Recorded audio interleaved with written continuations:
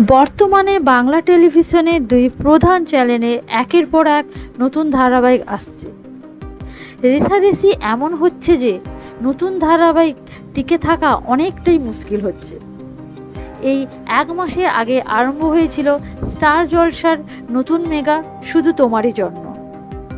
SBA প্রোডাকশনের ধারাবাহিক নিয়ে দর্শকেরা খুবই উৎসাহিত থাকে। শুধু তোমারই জন্য ধারাবাহিকের ক্ষেত্রেও তার ব্যতিক্রম ছিল না। জনপ্রিয় হিন্দি ধারাবাহিকের রিমেক এই ধারাবাহিকটি।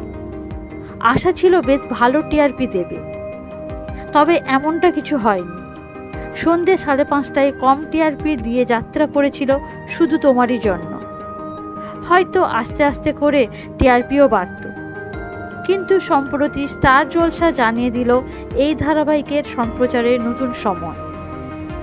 সন্ধ্যের এই ধারাবাহিককে এবার দেখা যাবে রাত 10টায়।